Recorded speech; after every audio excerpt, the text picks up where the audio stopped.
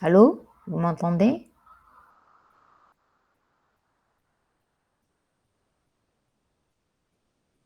Bonjour, bonjour. Bonjour, madame. Ok, très bien. Donc, vous m'entendez. Ok. Allô? Vous m'entendez?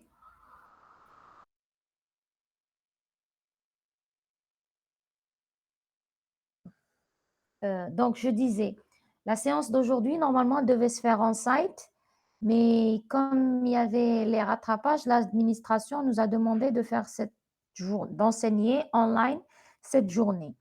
Par contre, pour bon, la semaine prochaine, ça va être les vacances. Je ne sais pas, après les vacances, est-ce que normalement, ça va être la deuxième séance on-site. Donc, je suppose que après les vacances, le mardi d'après les vacances, on devrait avoir une séance on-site. Sauf si on nous dit autre chose. Voilà. Alors, on va commencer le cours. Je vais partager le support de cours.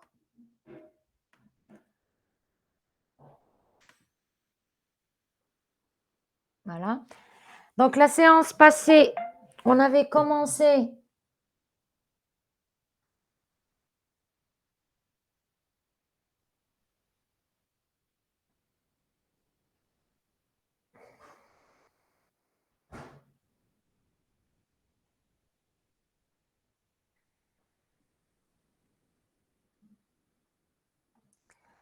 Donc, je disais, la séance passée, on avait commencé les tests fonctionnels. Donc, on est toujours dans les tests dynamiques. On avait commencé les tests fonctionnels. On avait dit que pour les tests fonctionnels, il s'agissait d'étudier ou d'analyser la spécification pour identifier les données de test.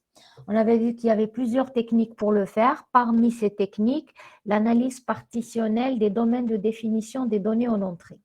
Donc, l'analyse partitionnelle des domaines de définition, l'objectif, c'est d'analyser la spécification, d'abord identifier les données en entrée, les domaines de définition des données en entrée.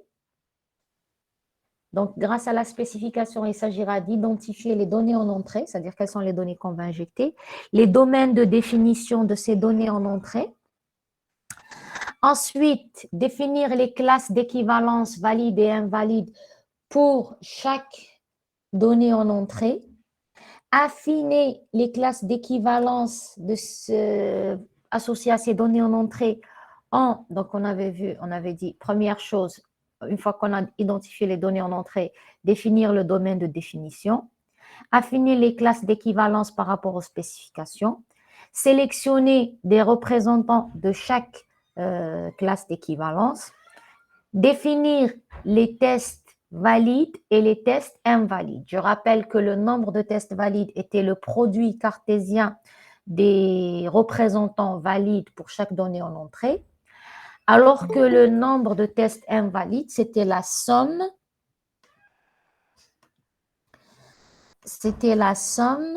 des représentants pour chaque donnée en entrée.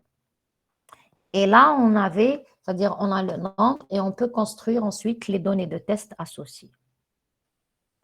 Une technique qui accompagne souvent l'analyse partitionnelle des domaines de définition des données en entrée, c'est les tests aux limites. Donc, les tests aux limites, puisqu'on parle, si vous regardez pour les classes d'équivalence, on parle souvent d'intervalles. D'accord? Et donc, souvent, les erreurs qui peuvent se produire, elles sont liées aux limites. C'est-à-dire, les limites, c'est les bords des intervalles. Donc, l'analyse de la valeur des limites offre un ajout très raisonnable au cas de tests qui ont été identifiés par l'analyse partitionnelle en classe d'équivalence. Donc, souvent, l'analyse aux limites, elle est associée à l'analyse partitionnelle parce que dans l'analyse partitionnelle, je définis des intervalles et sur la base de ces intervalles, j'identifie les limites et j'essaye de les analyser. Les erreurs apparaissent souvent aux limites des classes d'équivalence. Ça arrive parce que les limites ne sont pas souvent définies clairement ou mal comprises. Souvent, par exemple, si je reviens à cet exemple de la dernière fois, ici, j'ai inférieur ou égal, inférieur strictement à 15 000, inférieur ou égal. Souvent, les erreurs, c'est par rapport à ces valeurs. Est-ce que 15 000 rentre ici ou là? Est-ce que 15 000 est associé au comportement de pas de remise ou remise, elle est une remise de 5%. Donc, c'est ce que j'appellerais les limites. C'est les bords de ces intervalles. Et bien sûr, on ne peut pas parler d'analyse aux limites si, euh, si on n'a pas des valeurs ordonnées. Donc, on ne peut pas parler, par exemple, d'analyse aux limites si je ne peux pas dire inférieur, supérieur. Si il n'y a pas de relation d'ordonnancement entre les valeurs d'une classe d'équivalence ou dans le domaine de définition. Donc, on vous dit, les erreurs apparaissent souvent aux limites des classes d'équivalence. Voilà. Le test avec les valeurs limites permet généralement de découvrir l'erreur. C'est ce qu'on appellera les cas particuliers. La technique peut être appliquée uniquement si l'ensemble des données dans une classe d'équivalence est ordonné et a des limites identifiables. Ordonné parce qu'il s'agira de au niveau de la limite, la valeur juste avant, la valeur juste après, et que les limites soient identifiables, connues. Sinon, je ne peux pas.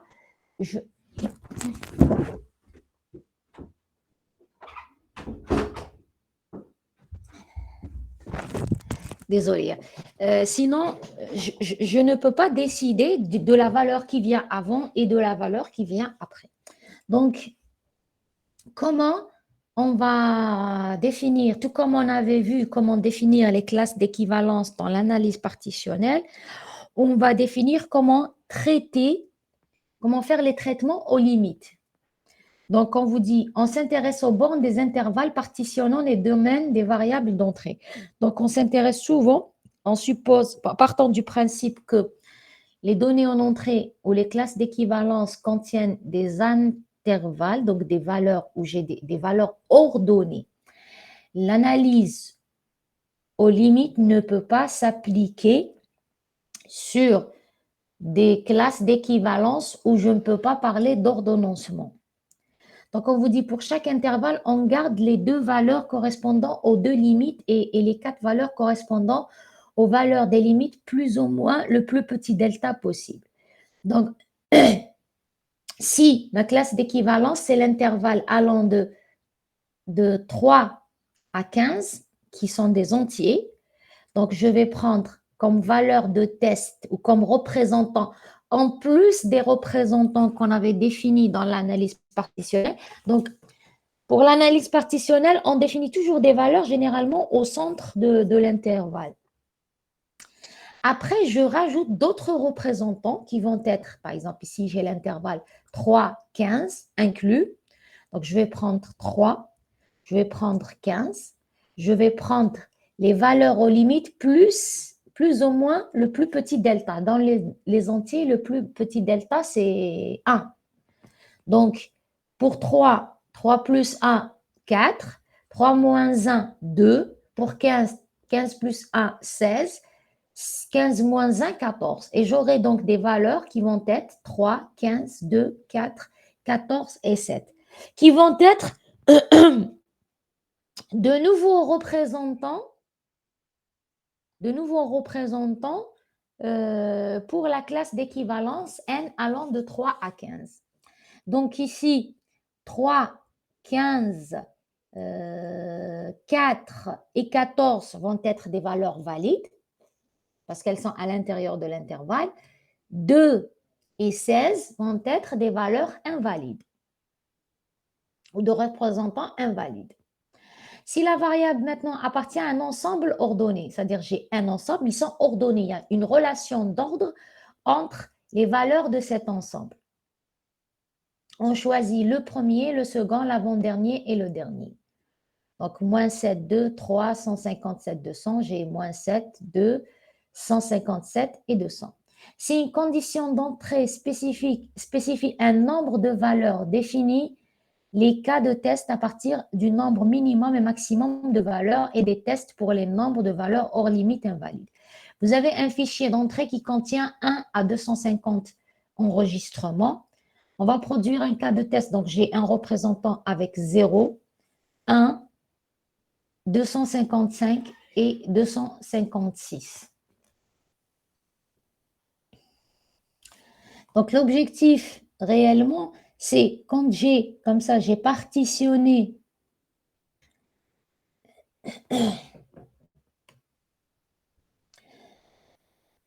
quand j'ai partitionné, pardon, quand j'ai partitionné un intervalle, un domaine de définition en, par exemple, ici, 3 intervalles, c'est d'étudier les valeurs limites, ici, là.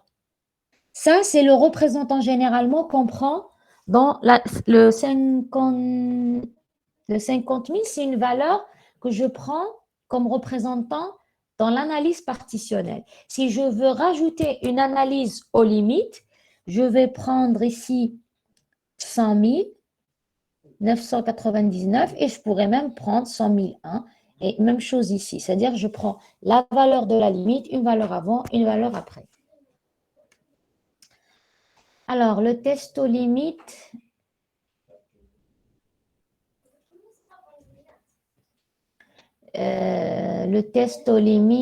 bon, je crois que ce n'est pas le bon exemple. Encore une fois, j'avais décidé de l'enlever, ce slide. Donc, on vous dit les données d'entrée ne sont pas seulement des valeurs numériques, caractères booléens, image et sens. Ces caractères peuvent être en général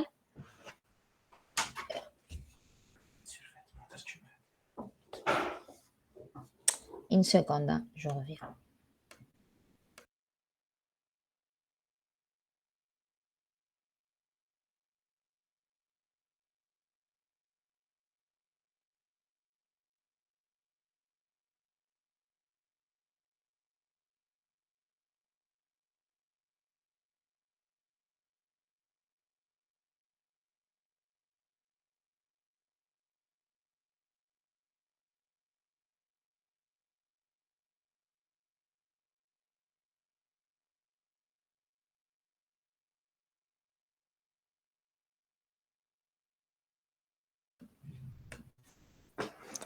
Ces catégories, elles peuvent en général se prêter à une analyse partitionnelle et à l'examen de conditions. Donc, true, false, fichier plein, fichier vide, trame pleine, trame vide, nuance de couleur, plus grand, plus petit. Je parle d'analyse aux limites quand, quel que soit le domaine de définition des données en entrée, si les valeurs de ce domaine peuvent être ordonnées, on peut appliquer les tests aux limites. Souvent, ils sont combinés ensemble. C'est-à-dire qu'au départ, je définis des classes d'équivalence, je définis des représentants en utilisant l'analyse partitionnelle. Ensuite, je rajoute d'autres données de test en ajoutant en fait de nouveaux représentants en appliquant les tests aux limites. Donc, on vous dit l'analyse. Oui? S'il vous plaît, une question. Oui, oui, allez-y. Allez-y. Sur le chat. Ah, d'accord. Le chat. Alors, pourquoi dans l'analyse, on ne choisit pas directement des valeurs vu qu'on est libre de choisir? Vous pouvez le faire. Exactement, vous pouvez le faire. Vous pouvez directement prendre. Sauf que, comme le comportement, aux limites, peut présenter des risques d'erreur. Donc, souvent, on prend… C'est comme lorsque vous écrivez un programme. Vous prenez une valeur générale pour vous assurer que le programme se comporte normalement. C'est ce qu'on appelle souvent le scénario nominal. Donc, je prends une valeur qui n'est pas aux limites, on va dire, qui n'est pas suspecte de causer des erreurs. J'utilise d'abord une valeur qui n'est pas aux limites pour m'assurer que le cas général fonctionne. Après, après, je décide d'appliquer les tests aux limites pour étudier plus spécifiquement les cas particuliers. J'ai répondu à votre question? Donc, au final, on peut le faire, mais je dirais que c'est à éviter. Parce que il y a deux aspects à voir ici. Il y a l'aspect général, avec une valeur quelconque. Après, les aspects particuliers, justement, les tests aux limites sont là pour identifier s'il n'y a pas d'erreur dans les cas particuliers qui sont les limites de l'intervalle. Très bien, on continue alors. Donc, je disais, oui, l'analyse partitionnelle est une méthode qui vise à diminuer le nombre de cas de test par calcul de classe d'équivalence. Effectivement.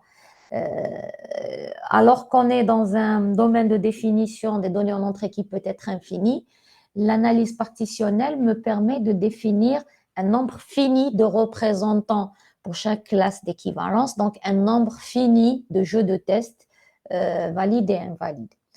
Le risque ici, c'est que notre interprétation, c'est notre interprétation de la spécification qui va nous conduire à définir des classes d'équivalence.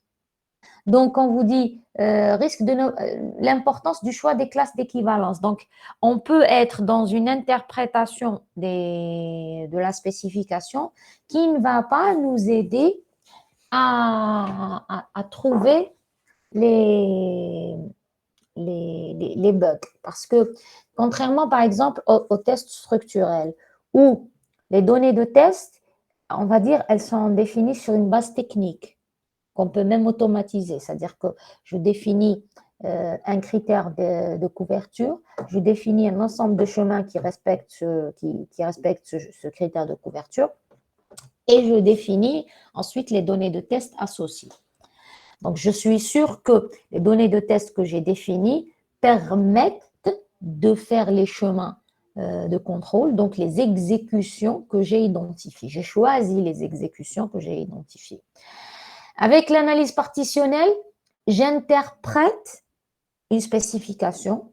Donc, pour l'instant, je ne passe pas de façon automatique d'une spécification à des données de test, à une analyse partitionnelle.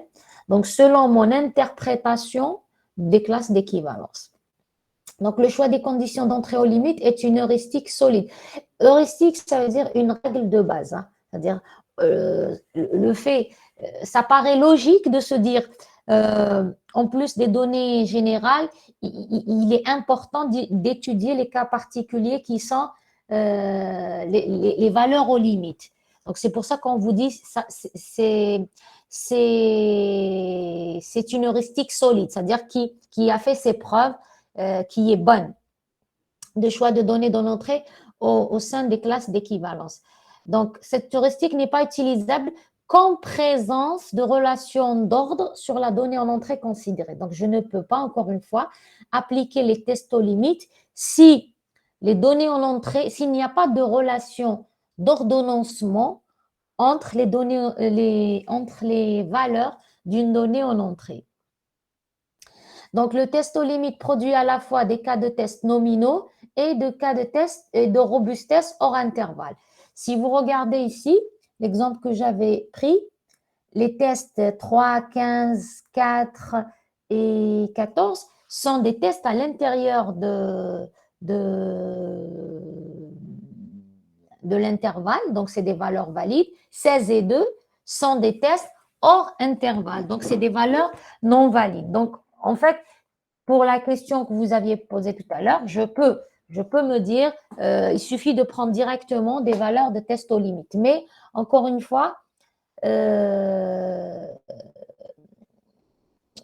c'est-à-dire que sauf si on décide, parce que c'est des décisions à prendre ensuite, c'est de dire, je vais appliquer une analyse partitionnelle ou alors je vais appliquer une analyse partitionnelle plus des tests aux limites ou alors je vais appliquer une analyse avec directement des tests aux limites. Je n'utilise pas donc des représentants des intervalles des représentants liés à l'analyse partitionnelle. C'est vrai que pour gagner du temps, il vaut mieux utiliser, je fais directement les tests aux limites. Mais parfois, quand on procède de façon séquentielle, c'est-à-dire on se dit d'abord, je vais choisir une valeur au hasard pour m'assurer que, enfin m'assurer non, parce que l'objectif des tests, c'est toujours de trouver des bugs, que le comportement, pour essayer de trouver des bugs dans le comportement général. Ensuite, je passe aux valeurs particulières.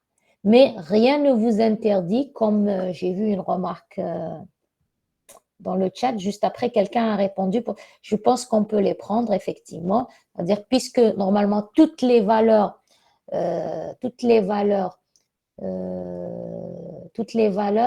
qui sont dans l'intervalle me donnent le même comportement. Je peux prendre les valeurs aux limites qui sont à l'intérieur de l'intervalle. Sauf que si je me trouve avec un bug, avec une valeur aux limites, par exemple ici, je prends 3 comme valeur aux limites et comme représentant. Si j'ai un bug, est-ce que c'est lié au fait que le comportement général de mon programme ne fonctionne pas, ou alors parce qu'il y a un problème dans la définition de la limite? Parce que les tests aux limites, ils nous permettent surtout de nous assurer qu'on a défini correctement les limites. Le représentant avec l'analyse partitionnelle, il me permet de chercher des bugs dans le comportement général de mon programme. Les tests aux limites me permettent de trouver des erreurs liées aux limites, c'est-à-dire est-ce que j'ai défini correctement ma limite? Est-ce que 3, elle devait être à l'intérieur de l'intervalle ou à l'extérieur de l'intervalle? C'est ce que me permet de vérifier les tests aux limites, c'est m'assurer ou corriger toute erreur liée à des valeurs que j'ai placées aux limites. Parce que au lieu de mettre inférieur ou égal à 3, au lieu de mettre inférieur à 3, moi j'ai mis inférieur ou égal à 3. Donc quand j'ai vérifié avec 3, la spécification me dit normalement il doit être hors intervalle, or moi j'ai eu le bon comportement. Si j'ai une erreur, je ne pourrais pas savoir est-ce que c'est lié au fait que j'ai placé 3 par erreur ou au fait que mon programme ne fonctionne pas correctement. Donc l'objectif de l'analyse partitionnelle et des tests aux limites n'est pas le même. L'objectif des représentants définis par l'analyse partitionnelle, c'est de trouver une erreur dans le comportement du programme. L'objectif des tests aux limites, c'est de trouver bien sûr des erreurs dans le programme. Là, les représentants qu'on prend en milieu, c'est pour trouver des erreurs dans le comportement général de notre programme, en tous les cas d'une exécution particulière. Les tests aux limites, c'est trouver des erreurs sur la définition elle-même des intervalles, c'est-à-dire est-ce que j'ai défini correctement mon intervalle. C'est pour ça que personnellement, je préfère les séparer, même si parfois dans les exercices pour, on va dire, gagner du temps, on réutilise, on essaie d'utiliser des valeurs directes aux limites, mais en réalité, l'objectif des deux n'est pas le même. Est-ce que c'est clair? C'est-à-dire, comment pourquoi je prends pour l'analyse partitionnelle des valeurs qui ne sont pas aux limites et pourquoi je prends pour les tests aux limites des valeurs aux limites. Les valeurs qui ne sont pas aux limites, vont me sortir les bugs liés à l'exécution générale. Les valeurs aux limites devraient me sortir si j'ai pas pu trouver des problèmes. On ne saura pas, oui, on ne saura pas ce que. C'est pour ça d'ailleurs, par exemple, dans l'analyse partitionnelle, on vous dit, je ne prends qu'une seule valeur invalide dans un jeu de test pour les jeux de test invalides. Parce que si j'ai 2 valeurs invalides, je ne saurais pas lequel des 2 a causé le problème. Même chose ici. C'est-à-dire, si je prends une valeur aux limites comme étant un représentant pour l'exécution générale du programme, je ne saurais pas si c'est causé par l'exécution générale du programme ou par un problème de limite dans les intervalles. Alors, euh, maintenant, le problème lié à l'analyse partitionnelle et au test aux limites, c'est l'explosion du nombre de cas de test. Parce que pour les tests valides, on a un produit cartésien. Donc, par exemple, si je reviens à cet exemple-là, pour cette classe d'équivalence qui est de 3 à 15, on avait un seul représentant qui est par exemple 7. Mais en rajoutant les tests aux limites, je rajoute 3, 15, 4 et 16. Donc, je rajoute 4 valeurs. Donc, je me retrouve pour cette classe d'équivalence avec 5 représentants. Donc, si je me mets à avoir 5, 7 représentants pour chaque classe d'équivalence valide, donc le nombre de tests valides va être le produit cartésien, je risque de me trouver avec un nombre important de jeux de tests valides. Donc, le choix des classes d'équivalence portant sur l'ensemble des données. Donc, on peut avoir un nombre très important de jeux de tests.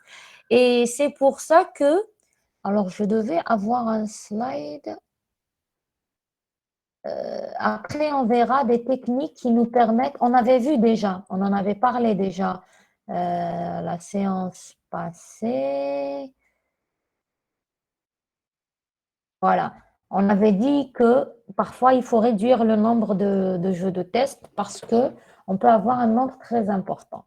Donc après, une fois qu'on aura terminé cette partie de test aux limites, on va voir une technique qui permet, une fois qu'on a défini les jeux de test avec l'analyse partitionnelle ou l'analyse partitionnelle et les tests aux limites, et qu'on se retrouve avec beaucoup de jeux de test, comment réduire le nombre de jeux de test pour prendre, on va dire, des jeux de test qui restent pertinents pour l'analyse. Donc, on vous dit l'évaluation de la méthode test aux limites. Elle est très productive. Pourquoi? Productive dans le sens, elle nous permet de trouver des bugs. Souvent, les erreurs, elles sont dans les limites, c'est-à-dire dans les cas particuliers liés aux limites.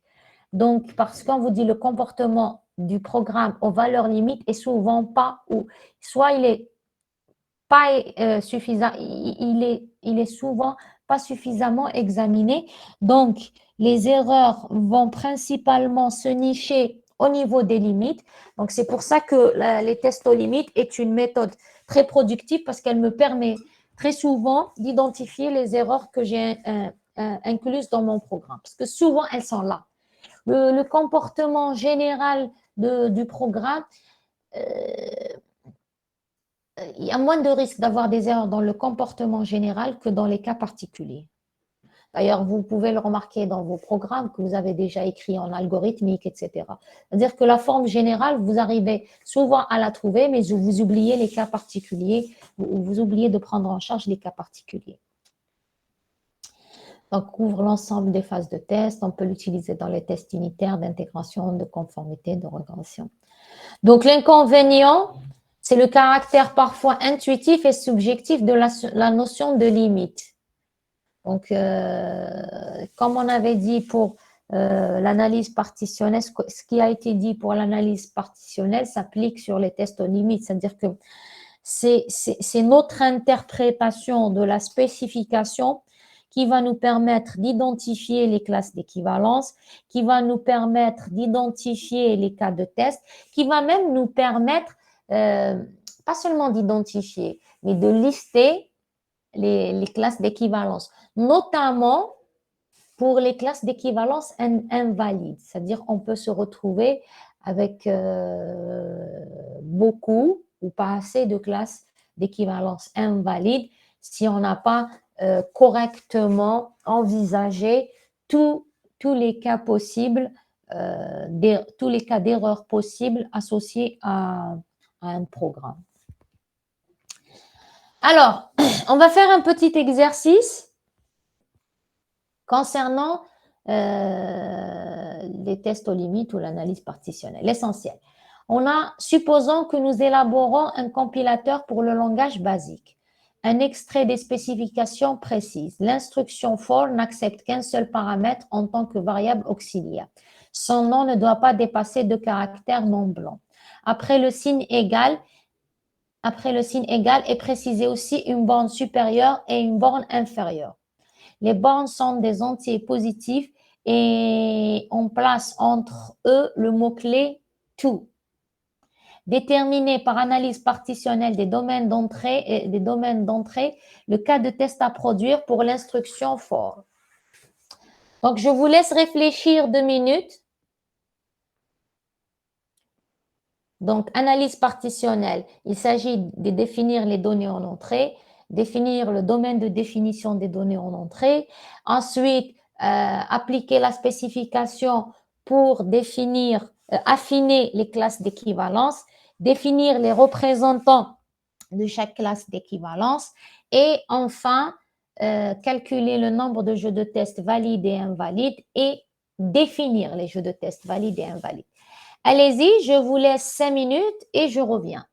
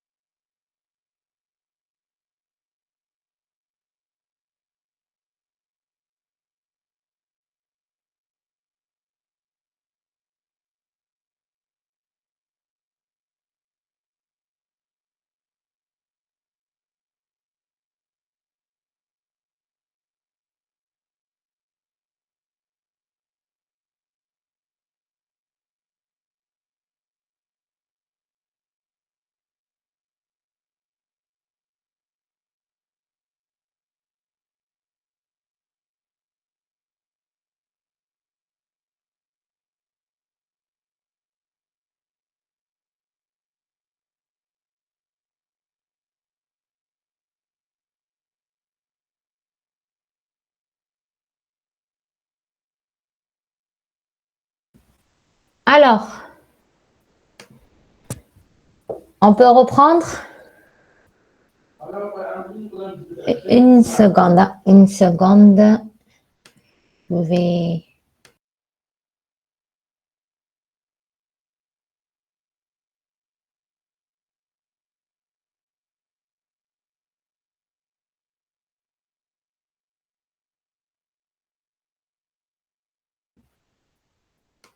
Alors, première question. C'est quoi les données en entrée ici?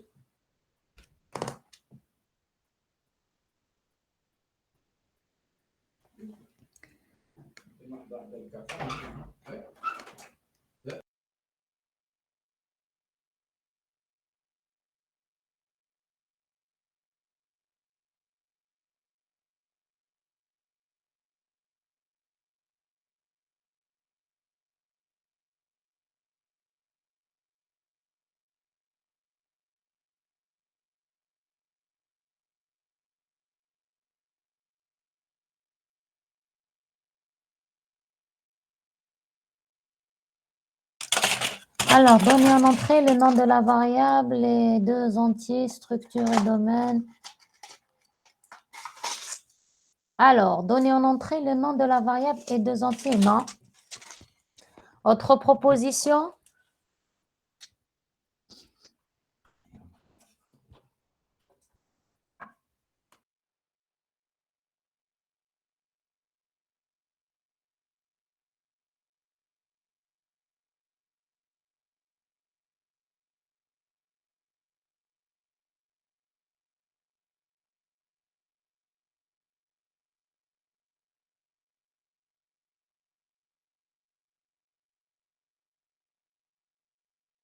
Donc, d'abord, la question, c'est quoi notre programme? Quel est le programme qu'on veut écrire?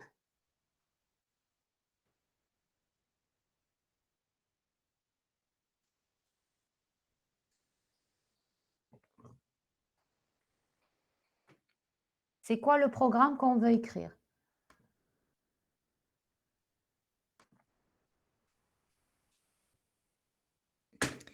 C'est quoi le programme qu'on veut tester?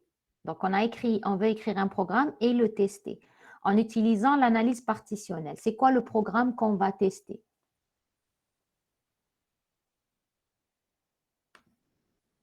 Non, non. Ce n'est pas une boucle for qu'on va tester, ce n'est pas une boucle for. Nous, notre programme, c'est un compilateur pour le langage basique. Ça, c'est le programme qu'on a écrit. Qu'est-ce qu'on veut tester?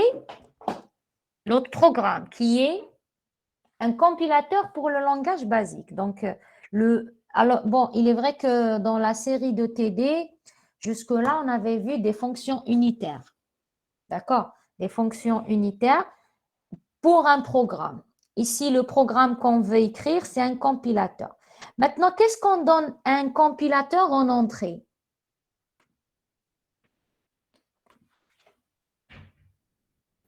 Qu'est-ce qu'on donne au compilateur en entrée? Oui? Le compilateur. On ne lui donne pas des mots-clés. Une suite de mots. C'est quoi une suite de mots? On lui donne, qu'est-ce qu'il a en entrée? Il a, on va dire, vous l'avez dit, une suite de mots. C'est quoi une suite de mots? En termes de type. Une chaîne de caractères. Donc, le compilateur, on lui donne en entrée que ce soit un texte, qui est notre programme qui va compiler, ou si je veux aller vers quelque chose qui est plus technique comme type, on va dire qu'on va lui donner une chaîne de caractères ou du texte qui représente notre code source. Donc, le programme à tester, c'est un compilateur. Et les données en entrée, c'est une chaîne de caractères qui devrait, pour tester la partie boucle for, bien sûr, devra contenir une boucle for. Donc, en entrée, on va lui donner une chaîne de caractères. Donc, le domaine de définition de notre programme, ça va être les strings ou texte, un fichier. L'essentiel qui contient, le fichier va contenir une chaîne de caractères. Une chaîne de caractères qui contient la boucle for. Très bien. Maintenant qu'on a défini le domaine de définition, quels sont, on définit, on avait dit, étape 1, définir la donnée en entrée. Donc, on avait dit une chaîne de caractères qui va être, qui représente une instruction for. Deuxièmement, on avait dit, donc, le domaine de définition, c'est les chaînes de caractères. Après, on définit, on doit répartir ce domaine en classes d'équivalence, valide et invalide. Maintenant, quelles vont être les classes d'équivalence? Vous avez ici la spécification. Quelles vont être les classes d'équivalence valide et les classes d'équivalence invalide?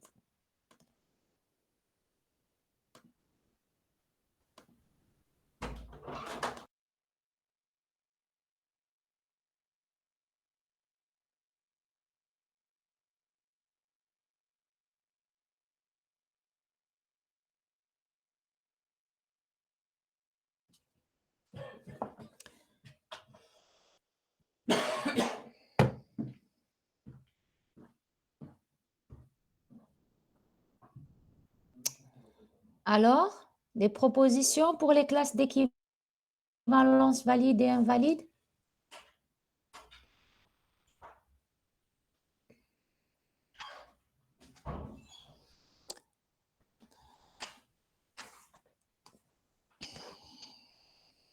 Si on devait définir les classes d'équivalence valide ou une grande classe d'équivalence valide et une grande classe d'équivalence invalide, ça va être quoi? Après, on va affiner. Hein.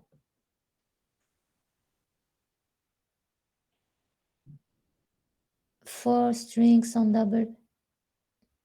Ça veut dire quoi? C'est une classe de valide. C'est une classe valide, invalide. Voilà. Ouais, syntaxe correct. Donc, exactement. On aura deux grandes classes, valide et invalide. La première classe d'équivalence valide, c'est où la syntaxe est correcte. Et la grande classe invalide où la syntaxe est incorrecte. Donc, déjà, j'ai deux classes valides et invalides. La première, j'ai une chaîne de caractères avec la syntaxe correcte. Et la deuxième, c'est une chaîne de caractères avec la syntaxe incorrecte. Très bien. Maintenant, avec la spécification, comment je pourrais affiner cette classe d'équivalence syntaxe? Affiner, ça veut dire créer des classes d'équivalence valide plus spécifiques. Même chose pour la classe d'équivalence invalide. Alors, je reviens à la syntaxe. Qu'est-ce que je pourrais créer comme classe plus spécifique pour les classes valides ou invalides? Donc, je rappelle, notre programme, c'est un compilateur. On lui donne en entrée une chaîne de caractères d'une instruction for. Cette chaîne de caractères, donc les domaines de définition, je les répartis en deux classes d'équivalence. Une chaîne de caractères avec une syntaxe correcte, une chaîne de caractères avec une syntaxe incorrecte. Ça me donne les deux grandes classes d'équivalence, valide et invalide. Maintenant, avec la spécification, on peut affiner ces classes d'équivalence valide et invalide. Donc, qu'est-ce que vous proposez pour affiner les classes, que ce soit valide ou invalide? Proposez-moi des classes d'équivalence plus spécifiques. C'est pas pratique d'avoir le... J'arrive pas à afficher le chat. Voilà. Nom de deux caractères non blancs. Nom de deux caractères non blancs. Alors, nom de deux caractères... Donc, ça, c'est pour la classe valide. OK. OK. On continue. D'autres propositions?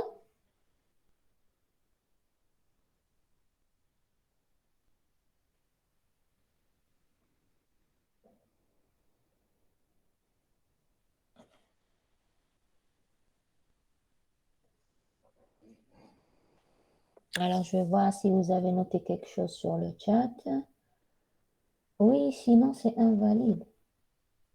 L'inverse. Si on regarde maintenant le corrigé,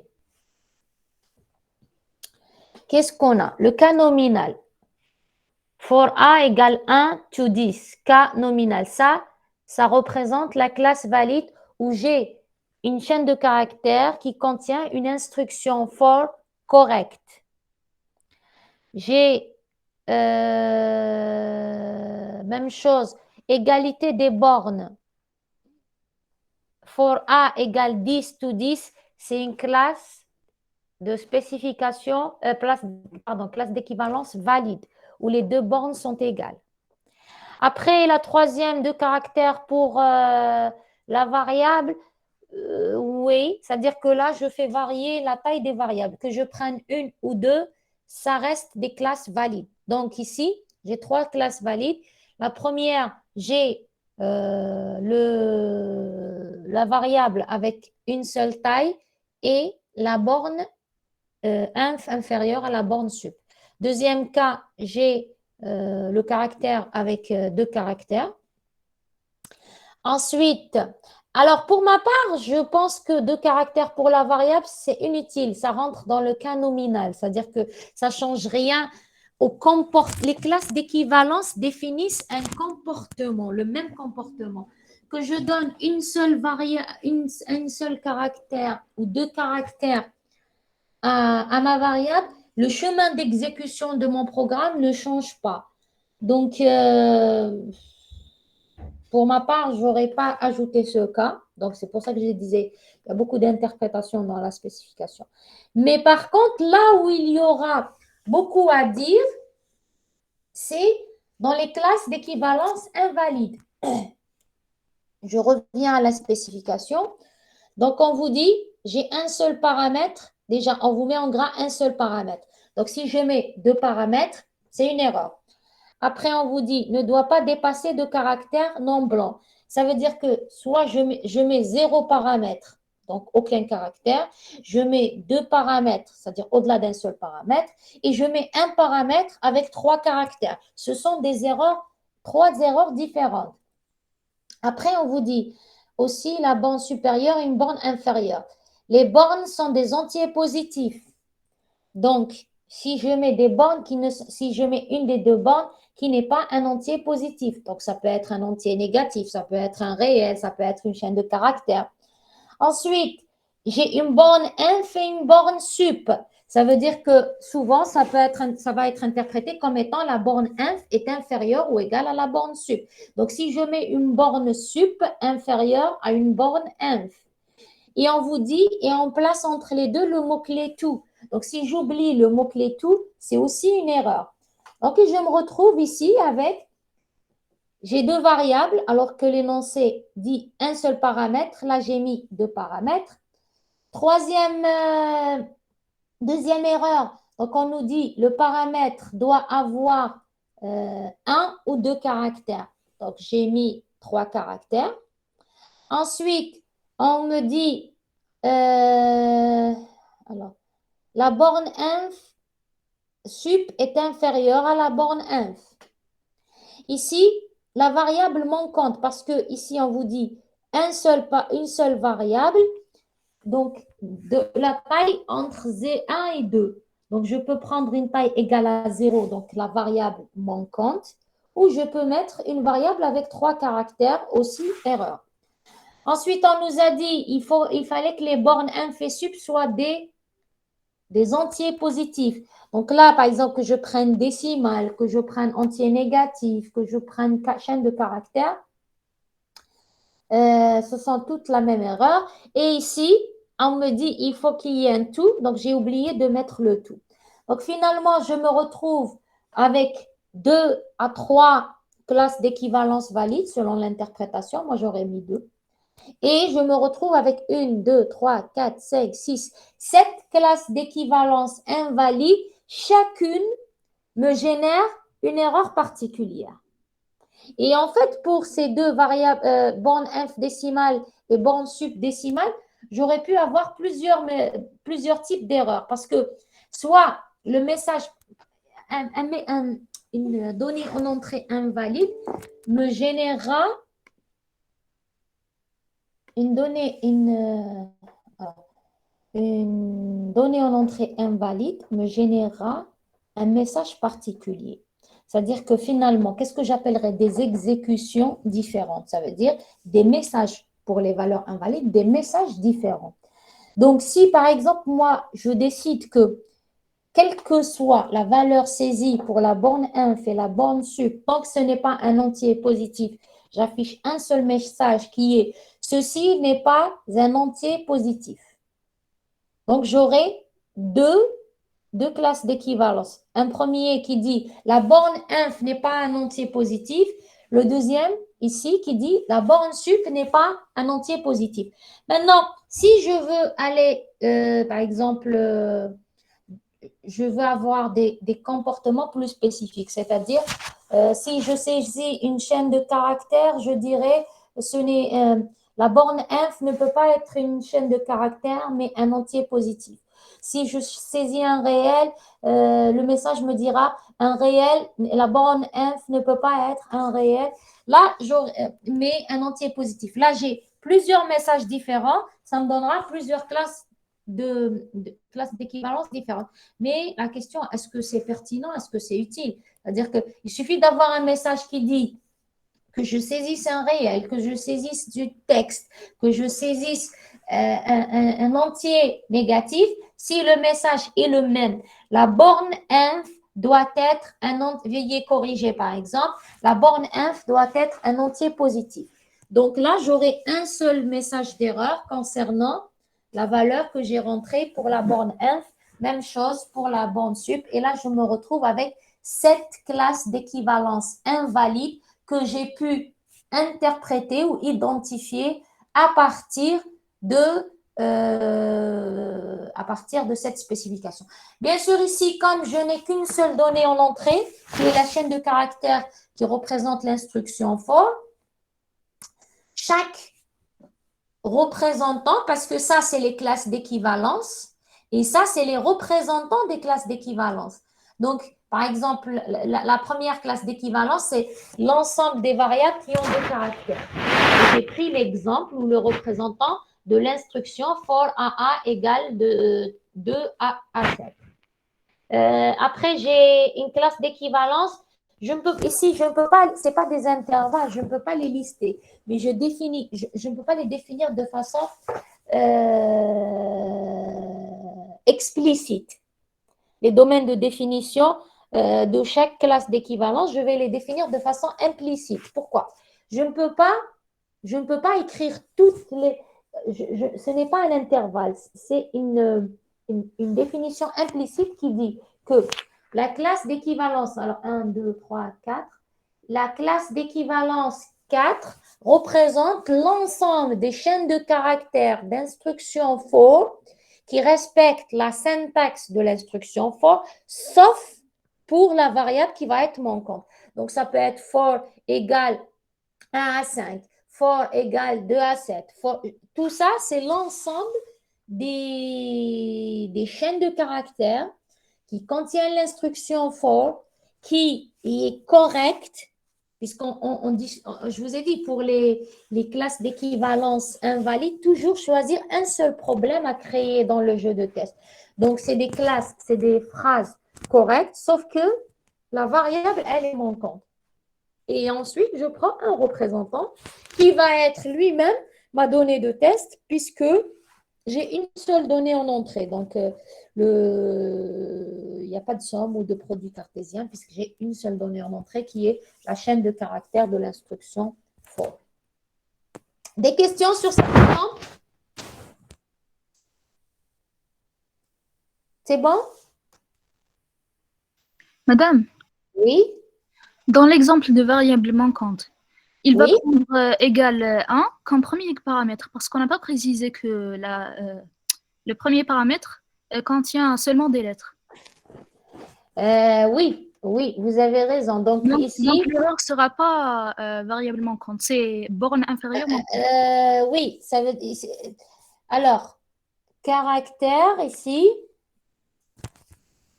Caractère, c'est-à-dire que ça a été interprété comme étant des lettres. C'est-à-dire, Ah, d'accord, oui. alors, je vais mettre entre parenthèses lettres. C'est pour ça que j'ai dit qu'il y avait un risque avec l'interprétation de la spécification. Parce que la spécification est l'interprétation des besoins du cahier de charge du client. Donc, on essaye de la faire la plus précise possible, la plus détaillée possible, la moins sujet à interprétation possible, mais ça reste du texte écrit par l'équipe qui réalise le projet. Vous permettez une seconde?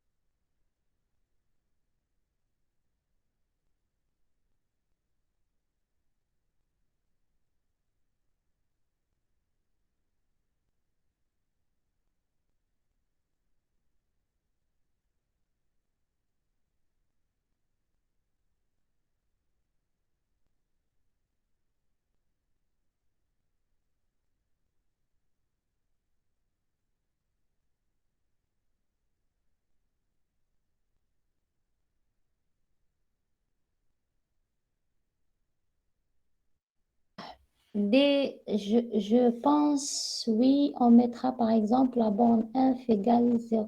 Est-ce qu'on peut appliquer la méthode test aux limites pour cet exemple? Oui, bien sûr, si on vous demande de le faire. Il n'y a pas le cas où il manque le for. Il n'y a pas le cas où il manque le for. Pourquoi? Parce que si je ne mets pas le for, nous, on veut tester notre programme par rapport à l'instruction for. Donc, si je ne mets pas le for, c'est-à-dire là, je change complètement de test. C'est-à-dire, nous, on s'est dit, j'ai écrit un programme de compilateur que je veux tester par rapport à l'instruction for. Donc, si je ne mets pas l'instruction for, je suis en train de tester autre chose. Donc, c'est pour ça que on n'a pas rajouté le cas où l'instruction, parce que sinon, ça devient une chaîne de caractères. Nous, on a précisé dans l'énoncé, déterminer pour produire l'instruction for. Donc, c'est pour ça que notre chaîne de caractères doit commencer par l'instruction for. Sinon, on n'est plus en train de tester l'instruction for. On est en train de tester n'importe quelle instruction qu'on va donner à notre compilateur. C'est-à-dire que généralement, si je teste, je me mets en situation de tester un programme, je reprends la structure de programme, ligne par ligne. Je considère que chaque ligne, par exemple, est une chaîne de caractères et je me dis, Maintenant, je dois tester l'affectation, je dois tester for, je dois tester while, je dois tester la définition des variables, je dois la déclaration des variables, les begin, les end, etc. Donc, j'ai beaucoup de tests à faire. Parmi ces tests, l'instruction for. Et pour dire que c'est un test pour l'instruction for, il faut que la chaîne de caractères commence par l'instruction for. C'est pour ça qu'on n'a pas fait un jeu de test sans l'instruction for. Donc, est-ce qu'on peut appliquer la méthode? Bien sûr qu'on peut l'appliquer si on nous demande l'énoncé. On nous a demandé l'énoncé d'appliquer l'analyse partitionnelle. Je pense, oui, on mettra. Alors, ah, d'accord. OK, très bien. D'autres questions sur l'exemple? Je passe à l'exemple suivant. Alors, est-ce que je passe à l'exemple suivant? Je passe à l'exemple suivant, c'est bon? Vous mettez un oui pour que je continue? Sauf si vous... Très bien. Alors, considérons les spécifications suivantes. Écrire un programme statistique analysant un fichier comprenant les noms, les notes des étudiants d'une année universitaire. Ce fichier se compose au maximum de 100 champs. Chaque champ comprend le nom de chaque étudiant, 20 caractères, son sexe, 1 caractère, et ses notes dans 5 matières entières, compris entre 0 et 20. Le but du programme est de calculer la moyenne pour chaque étudiant, calculer la moyenne générale par sexe et par matière, calculer le nombre d'étudiants qui ont réussi, moyenne supérieure à 10. Déterminer par une approche aux limites les cas de test à produire pour cette spécification. Donc là aussi, je vous laisse 5 minutes pour regarder ce programme et définir les représentations.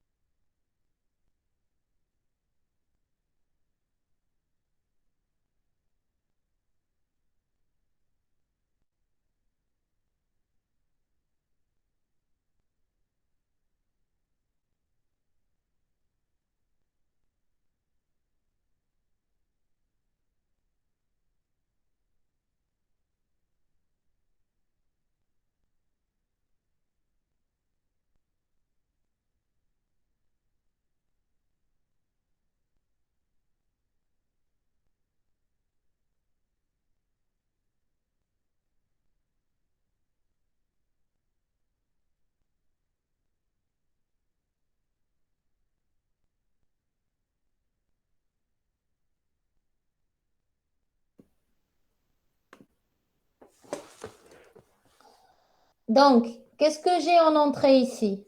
Quel est mon programme? Déjà, qu'est-ce qui fait mon programme? Qu'est-ce que je lui donne en entrée? Qu'est-ce qu'il me donne en sortie?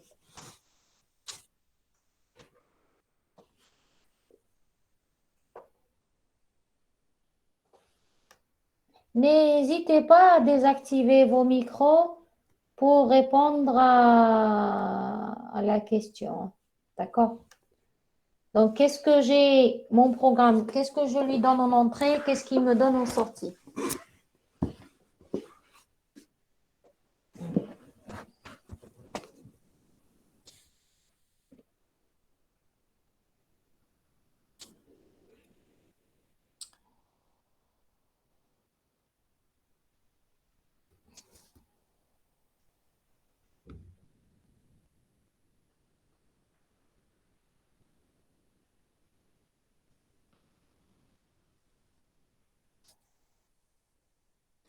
Pour vous, la fenêtre, quand je partage, elle s'affiche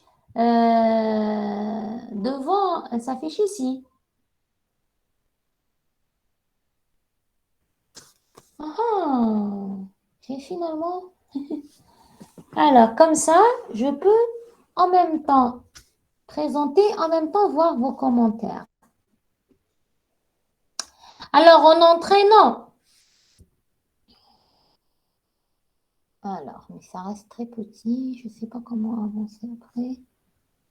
Comment je fais pour avancer? Je ne peux pas changer de slide quand j'affiche comme ça.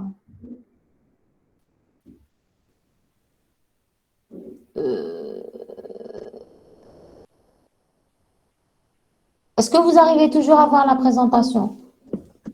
Bon, l'essentiel. Donc, écrire un programme statistique analysant un fichier. Donc, déjà, en entrée, c'est un programme statistique. Je lui donne en entrée un fichier qui contient les noms et les notes des étudiants. En sortie, il va me donner la moyenne pour chaque étudiant, la moyenne générale par sexe et par matière, le nombre d'étudiants qui ont réussi.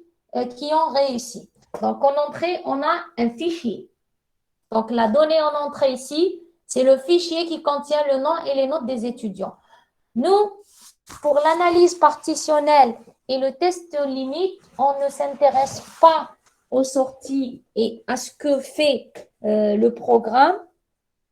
On ne s'intéresse qu'aux données en entrée. C'est-à-dire, suivant, on ne s'intéresse qu'aux données en entrée. Donc, les données en entrée ici, c'est un fichier qui contient des noms, des notes d'étudiants d'une année universitaire. Il se compose, donc il contient au maximum 100 enregistrements. Chaque enregistrement, il y a le nom de l'étudiant qui doit contenir 20 caractères, le sexe qui contient un caractère féminin masculin, les notes dans 5 matières.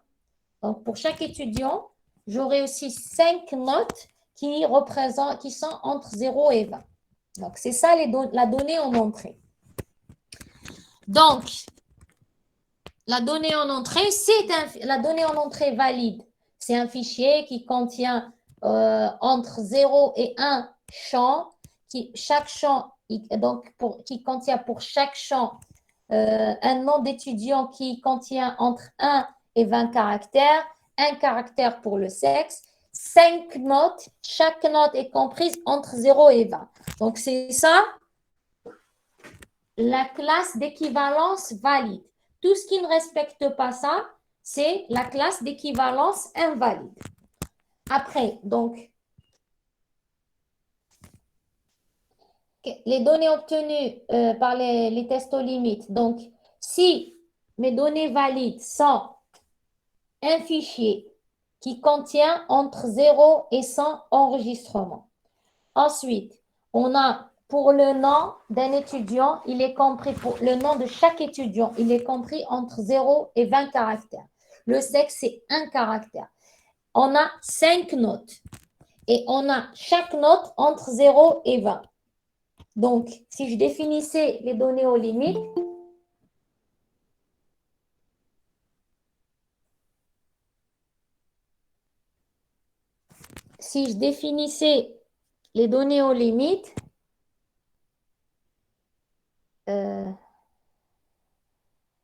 vous êtes en train de m'entendre là? Vous suivez?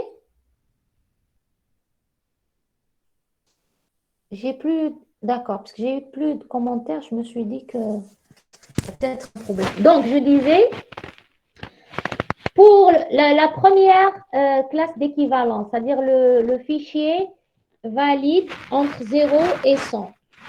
Donc, passage d'un fichier vide, puis comportant un champ, puis 99, puis 100 et 101.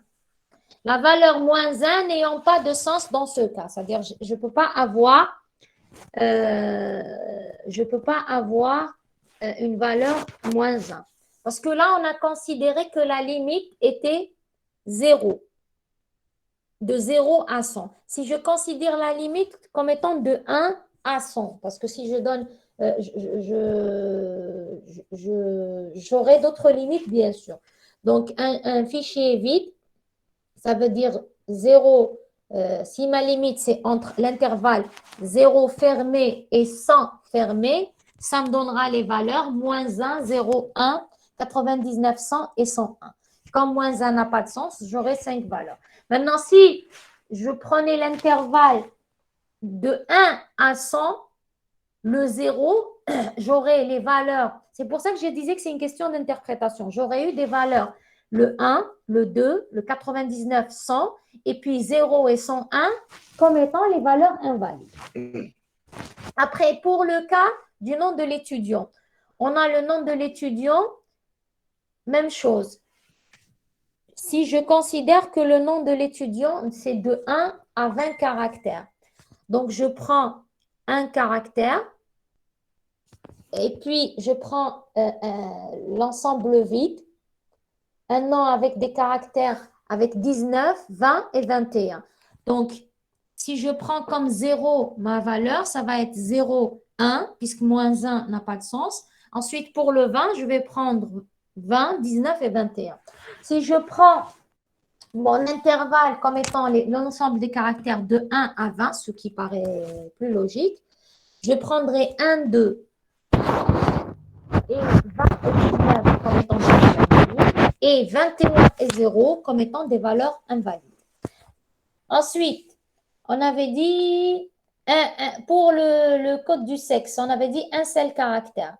Donc, je peux introduire, soit je ne mets rien, soit je mets un caractère faux, puisque nous, on a c'est soit féminin, soit masculin. Tout ce qui est différent de féminin ou masculin est invalide, du caractère féminin ou masculin. Après, je peux m'amuser. Soit j'ai un seul message d'erreur, c'est-à-dire le caractère saisi n'est ni féminin ni masculin. Soit je commence à faire dans le détail, ceci n'est pas une chaîne de caractères, ceci n'est pas un caractère, etc. Mais par contre, le message vide, si je mets rien, le message, ça ne va pas être caractère, ce n'est pas féminin ou masculin. Le message d'erreur, ça va être veuillez saisir un caractère. Donc, le message n'est pas le même. C'est pour ça qu'on a séparé le caractère vide, c'est-à-dire j'ai rien saisi, du caractère autre que féminin et masculin.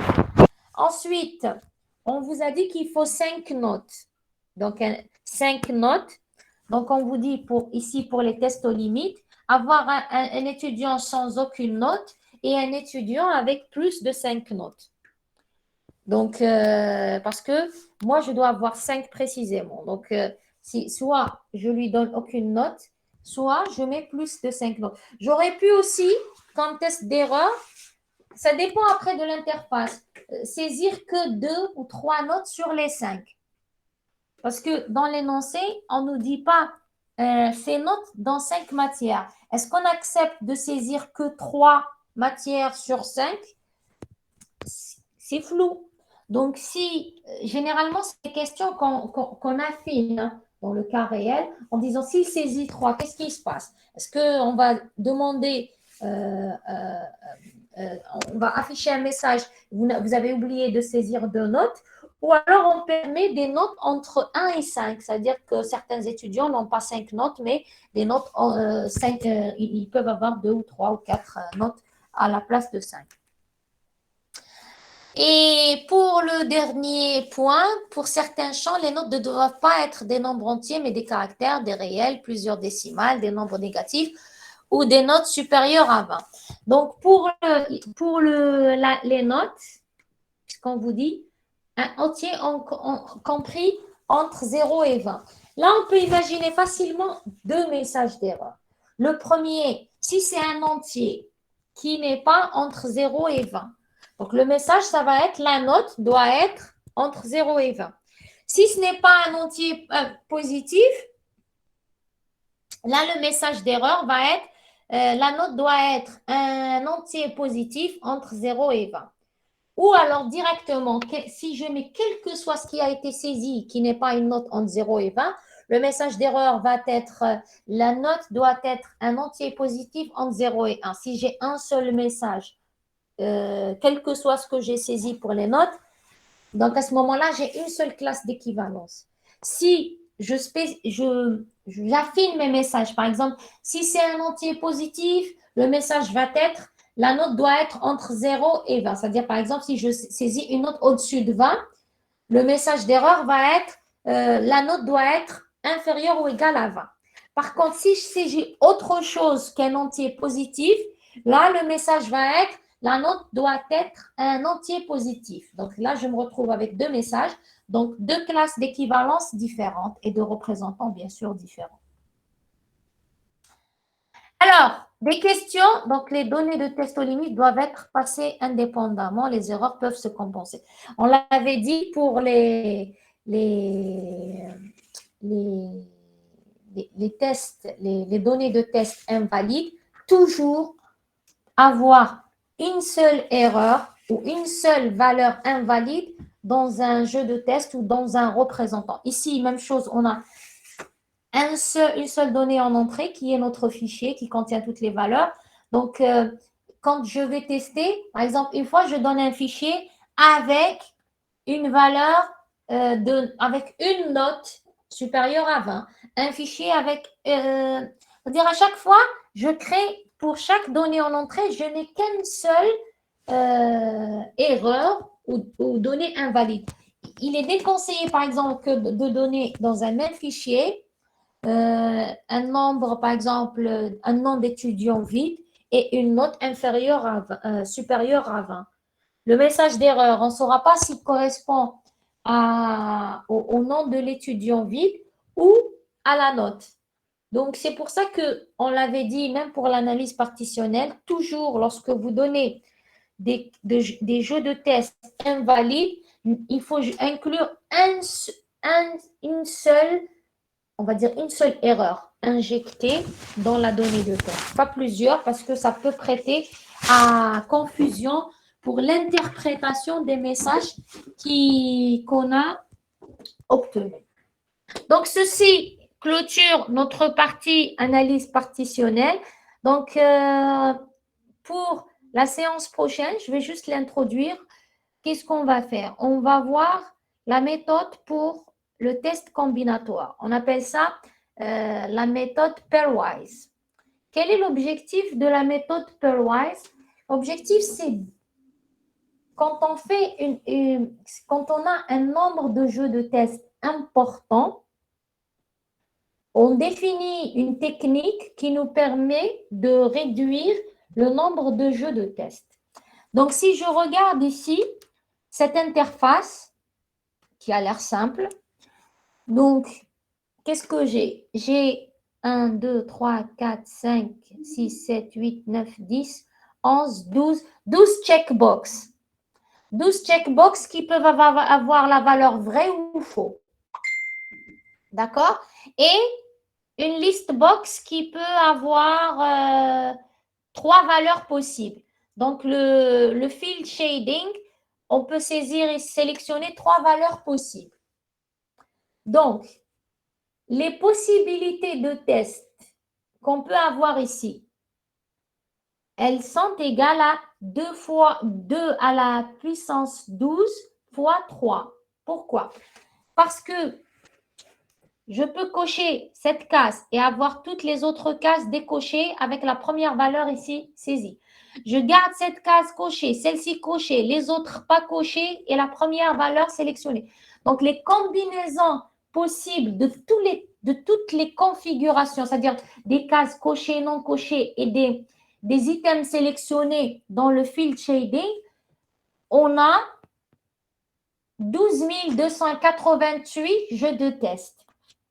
Alors, vous imaginez le temps nécessaire pour faire les 12 288 tests, d'abord pour les lister, ensuite pour les tester et s'assurer qu'on ne s'est pas trompé, et pour tirer les conclusions, donc exécuter, voir les résultats, comparer les résultats attendus avec les résultats prévus. Ça va prendre un temps énorme à faire. Donc, la méthode pairwise nous montrera comment réduire le nombre de jeux de test de 12 288 à un certain nombre. Donc, maintenant, la méthode pairwise, on l'avait vu dans l'analyse partitionnelle, on avait dit que c'était un des outils qui pouvait nous permettre de réduire le nombre de jeux de test. En fait, une fois que j'ai défini le nombre de jeux de test de l'analyse partitionnelle et j'ai défini les représentants, surtout quand vous ajoutez les tests aux limites. Tout de suite, le nombre de représentants valides explose. Et donc, le nombre de jeux de test qui est le produit cartésien des nombres de représentants par donnée en entrée, tout de suite, ça peut devenir très important comme nombre de jeux de test valides. Et à ce moment-là, pour réduire, c'est-à-dire les jeux de test, on peut appliquer cette méthode, la méthode pairwise. Je ne vais pas commencer à la présenter parce qu'il reste 2 minutes avant la fin de la séance. Donc, j'ai voulu juste vous expliquer l'objectif de la méthode qui est réduire le nombre de tests. C'est-à-dire que si une méthode, ici, c'est-à-dire la définition de jeu de test, elle est directement définie à travers l'interface. Mais si j'utilise d'autres techniques pour définir les données de test, telles que l'analyse partitionnelle et les tests aux limites, si je me retrouve avec un nombre important de jeux de test, l'analyse pairwise m'aide à réduire le nombre de tests tout en gardant des jeux de test pertinents. On n'a pas pu prouver mathématiquement que l'analyse pairwise était performante, mais par expérimentation, on a pu trouver qu'elle était performante, elle nous permettait de garder des jeux de test pertinents pour trouver les bugs qui peuvent y avoir dans notre programme. Donc, on va arrêter ici le cours. Donc, la séance prochaine, on va commencer l'analyse, enfin, après les vacances, on va attaquer l'analyse pairwise. Je vais vous envoyer la série, le support de cours.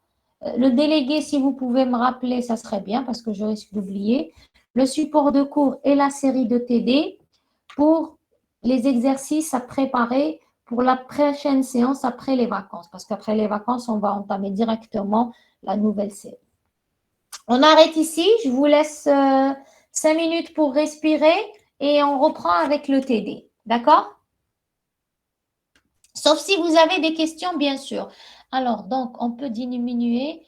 On ne va pas diminuer le nombre de classes invalides. On va pas diminuer, on peut diminuer le nombre de classes invalides en rendant les messages d'erreur plus génériques. Oui, on peut diminuer le nombre de classes.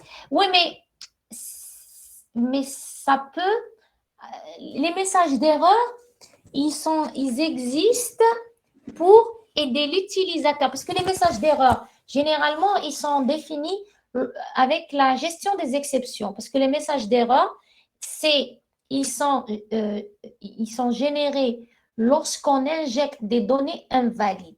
Qu'est-ce que ça veut dire des données invalides? Ça veut dire que des données qui vont donner un comportement erroné à notre programme qui risque de se planter. Et c'est là qu'intervient la gestion des exceptions. Donc, dans la gestion des exceptions, souvent, le système vous affiche un message avec des chiffres, un code qu'on ne peut pas comprendre. Donc, c'est pour ça que vous devez définir des messages spécifiques. D'ailleurs, c'est pour ça qu'il y a le concept d'héritage dans les classes d'exception, dans la gestion d'exception. Parce que sinon, on aurait eu une seule classe exception qui va vous afficher un message disant « il y a un problème dans la valeur de ce champ ». Donc, plus vos messages sont affinés, plus l'utilisateur sera capable de corriger plus rapidement son erreur. Mais il ne s'agit pas aussi, par exemple, ça n'a pas de sens de, si je saisis un réel, moi je dois saisir un entier positif. Ça n'a pas de sens de dire, si je saisis un réel, je lui dis ceci est un réel, veuillez saisir un entier positif. Si je saisis un caractère, je lui dis ceci n'est pas un caractère n'est pas un prix. Donc je peux aller vers quelque chose qui dira, c'est-à-dire je divise en deux. J'ai pris l'exemple des notes. Les notes, c'est un entier positif. Si j'ai saisi un entier positif, j'afficherai un message si je saisis un entier positif qui n'est pas pris entre 0 et 20.